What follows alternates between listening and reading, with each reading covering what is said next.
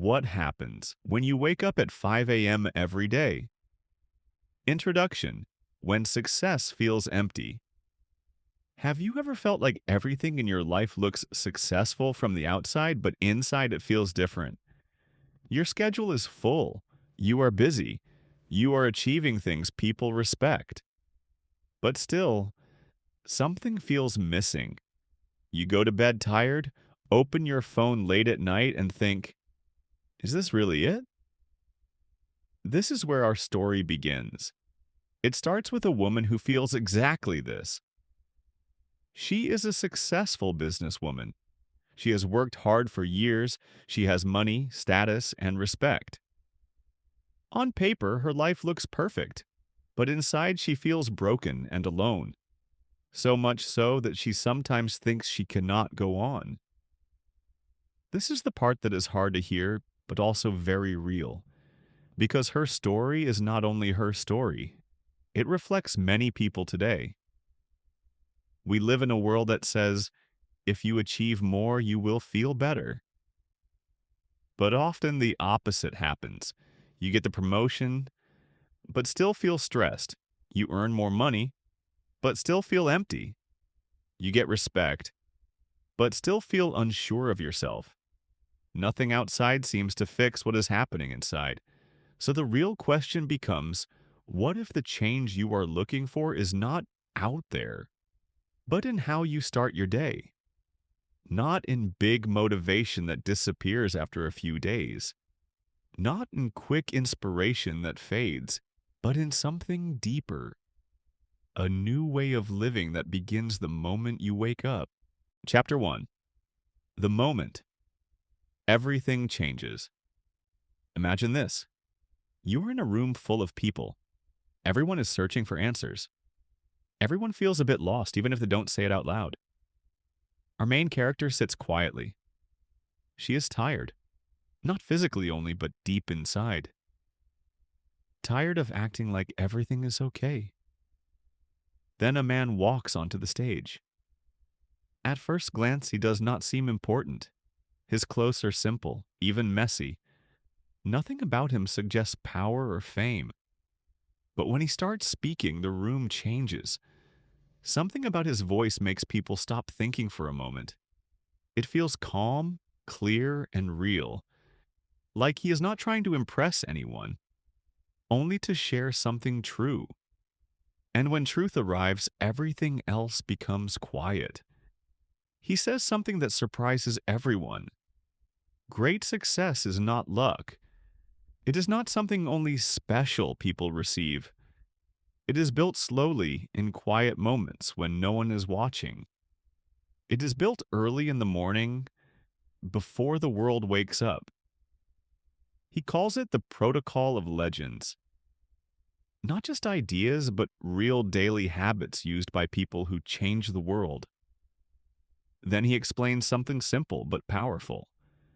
The most successful and fulfilled people often wake up at 5 a.m. Not because they want to suffer, but because they protect their most important time of the day. He calls the first hour the victory hour. This is the time before messages, noise, work, and problems begin. A time that belongs only to you. Now think about your own mornings. Do you wake up and immediately check your phone? Do you jump straight into stress, messages, and responsibilities? Do you start the day already behind? Or imagine something different. Imagine 1 full hour just for you. Time to take care of your body. Time to clear your mind. Time to build focus, strength, and calm. This is not just better time management. It is a different way of living. The difference between reacting to life and shaping it. He explains another important idea. Most people give their best energy to work, to other people, to outside demands.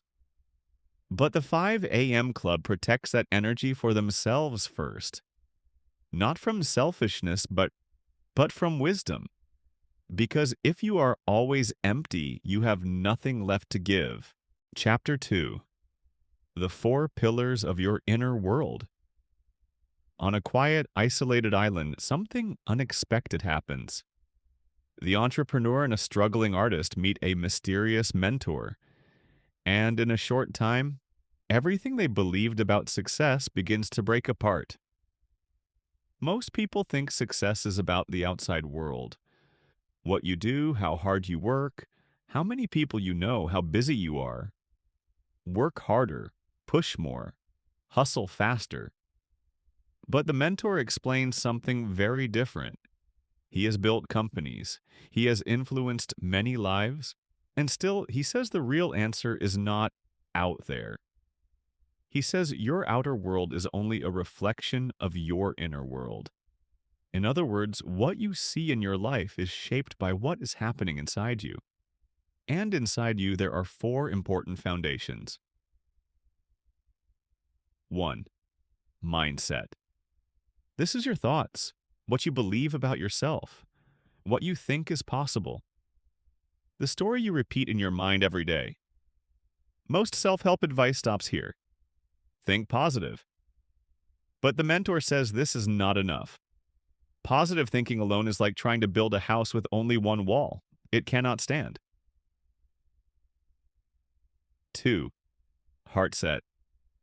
This is your emotional world, your pain, your memories, your wounds that were never healed.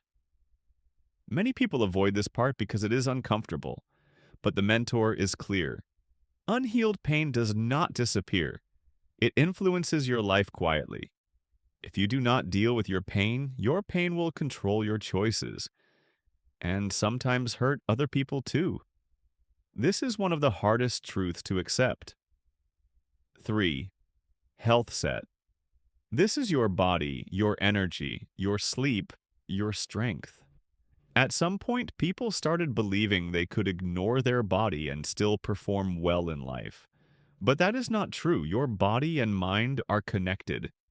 When your body is weak and tired, your thinking becomes slow. When your body is strong, your mind becomes clear. 4. Soul set. This is your deeper direction in life, your purpose, your meaning, your connection to something bigger than just daily problems. When this part is strong, it feels like you have an inner compass, guiding you even when life is uncertain. The mentor calls it an inner GPS. It helps you feel what is right, even when logic is not enough. The balance between all four. When these four areas work together, something changes. Life feels lighter. Decisions feel clearer. Energy comes more easily. But when they are not balanced, life feels heavy, like you are constantly pushing against something invisible. And most people never understand why, but because they are only focusing on one part of themselves, not all four. Chapter 3. The Sacred Hour, broken into 3 parts. Their journey continues to the ancient streets of Rome. Here the mentor finally explains the most practical part of everything. A simple system called the 20-20-20 formula. It is not just a routine. It is a structure designed to help your body, mind, and focus work at their highest level. First, 20 minutes. Move your body. The day starts with intense movement, exercise, right after waking up. At first, this may sound difficult. Most people want to stay in bed, but that is exactly the point. When you exercise in the morning, your body wakes up fully. Your brain starts working better. Your energy increases. Your mood becomes more stable. Chemically, your body begins to produce substances that help you think more clearly, learn faster, feel more energetic, stay emotionally balanced. But something even more important happens here. You build what the mentor calls willpower strength. This is your ability to do something important even when you don't feel like it. Every time you choose action over comfort, you become stronger inside. So by around 5:20 a.m., you have already done something powerful. You have won the first challenge of the day, your own resistance. Next, 20 minutes. Be still. Now the pace slows down. No phone, no noise, no distractions, just silence. You can sit quietly, breathe, write in a journal, or reflect. In today's world, this feels unusual, even uncomfortable. We are used to constant information, messages, and scrolling, but the mentor says something important. You cannot hear your own thoughts when the world is too loud. In silence, something changes. You start to understand yourself better. You notice your thoughts more clearly. You begin to see patterns in your emotions and decisions. This is where you process yesterday and decide how to approach today. Some of the greatest thinkers in history protected this kind of quiet time. Not because they had less to do, but because they understood that clarity comes from silence, not noise. Final 20 minutes. Learn and grow. The last part of the hour is for learning, reading, studying, improving your mind. Even 20 minutes a day adds up in a powerful way. 20 minutes times 365 days equals over 120 hours a year. That is like several full work weeks of learning. While most people scroll social media or consume random content, you use this time to grow, to build knowledge, to improve skills, to become more capable and confident. Over time, this small habit creates a big difference between people who grow and people who stay the same. The result of the 20-20-20 formula.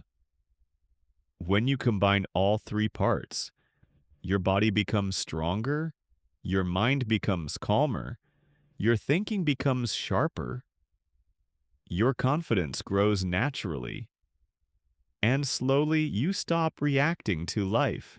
Instead, you start leading it. Chapter 4. Why Most People Quit and How You Don't. Standing in front of the beautiful Taj Mahal, the mentor shares one simple truth that can save years of struggle. All change follows the same pattern. It feels hard at the beginning, messy in the middle, and amazing at the end. Most people quit because they don't understand this. They expect change to feel good right away. So when it feels uncomfortable, they think something is wrong, but nothing is wrong. It is just how real transformation works. The 66-day rule. The mentor explains something important. It takes about 66 days for a new habit to become automatic. During this time, your brain is literally changing, and these 66 days are not the same. They have 3 stages. Days 1 to 22, breaking the old self. This is the hardest stage. Here you are breaking old habits and patterns that your brain has followed for years. Your mind resists, your body resists. You may feel tired, unmotivated, irritated, uncomfortable. But this is not failure, it is change. You are rewiring your brain, and that always feels strange at first. Days 23 to 44, the confusing middle. This is where most people quit. Old habits no longer feel natural, but new habits still don't feel easy. You are stuck between 2 versions of yourself. This stage feels messy and uncertain, like nothing is working. But the mentor calls this creative chaos. It is the phase where real transformation is happening, even if it doesn't look like it yet. Like a caterpillar inside a cocoon, everything seems to be falling apart. But in reality, something new is forming. Days 45 to 66. Things start to click. Now everything begins to feel easier. Your new habits feel more natural. You don't have to think so hard about them anymore. This is called the automatic stage. What once felt difficult now feels normal, like part of who you are. This is where real change becomes part of your identity. The myth of constant hustle. Later, while traveling through South African vineyards, the mentor shares another powerful idea. You cannot work at full speed all the time. Real high performers do not grind nonstop. Instead, they follow a rhythm: deep focus, then full rest, intense effort, then recovery. Your brain needs rest to process ideas. Your emotions need space to reset. Your body needs time to recharge. Without this balance, you don't get success. You get burnout. The real secret of performance. Great performance is not about doing more and more all the time. It is about knowing when to push forward and when to fully disconnect. Because only a rested mind can stay clear, and only a clear mind can perform at its best. Chapter 5. Daily Practices That Change Everything.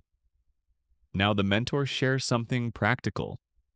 Not theories, not ideas, but simple daily actions that can completely change how you work and live. He says these are not productivity tricks. They are tools for surviving and thriving in a modern world full of distraction. 1. The tight bubble of total focus. Your attention is everything. In today's world, it is constantly under attack. Notifications, messages, emails, social media. Each one pulls your mind in a different direction. The mentor says successful people do something different. They protect their focus like something valuable and rare. They create a bubble around their most important work. Phone off, email closed, distractions removed, clear time block. Inside this bubble, only one thing matters. Deep, focused one thing matters. Deep, focused work. 2. The 60/10 method work in cycles. 60 minutes of deep focus. 10 minutes of rest. This is based on how your brain actually works. Your mind is strong but not endless. After about an hour, focus drops. So instead of forcing yourself to work longer and harder, you reset. During those 10 minutes of rest, something interesting happens. Your brain keeps working quietly in the background. Often solutions or new ideas appear when you are not forcing them. 3. The daily 5. Instead of long, overwhelming to-do lists, choose only 5 important actions per day. Not 20, not 30, just 5. These are the tasks that truly move your life forward. This method brings clarity. What really matters today? What will actually make a difference? Focus replaces chaos. 4. Traffic University. Most people see commuting as wasted time, but the mentor sees it differently. He says, you can turn travel time into learning time. Instead of scrolling or feeling frustrated, you can listen to audiobooks, podcasts, educational content. Over a year, commuting time becomes hundreds of hours of learning. Time that most people lose can become your advantage. 5. Build a dream team. You don't need to do everything yourself. Successful people understand this. They focus on what they are best at, their zone of genius, and let experts handle the rest. This frees energy, reduces stress, and increases results. 6. The Billionaire's Maxims, Core Principles. The mentor closes this chapter with deeper life ideas. Your best ideas come in silence. Experiences shape who you are more than possessions. You create your life through daily choices. Value given leads to value received. Life quality is shaped by how you experience each moment. And the final idea is the most powerful. Heaven is not a place you reach. It is a state of mind you create through how you live, think, and act every day. Conclusion. Your hero's journey begins tomorrow. As the journey comes to an end, the entrepreneur and the artist are no longer the same people who began it. The businesswoman who felt lost and empty is now calm and focused. She has a quiet confidence she didn't have before. The artist, once full of doubt, now has a clear way to bring his creativity into the world. Step by step, every day. They both realize something important. Real heroism is not about big moments or public praise. It is about small, unseen choices. It is about waking up early when no one is watching. It is about choosing growth instead of comfort. It is about choosing progress instead of excuses. The entrepreneur understands now that her old idea of success was incomplete. Money, status, and recognition can be part of life, but they cannot be the foundation. The real foundation is internal. It is the daily decision to become better than yesterday. They also learned something simple but powerful. The distance between who you are and who you want to become is not crossed in one big moment. It is crossed slowly, through small actions, every day, repeated over time.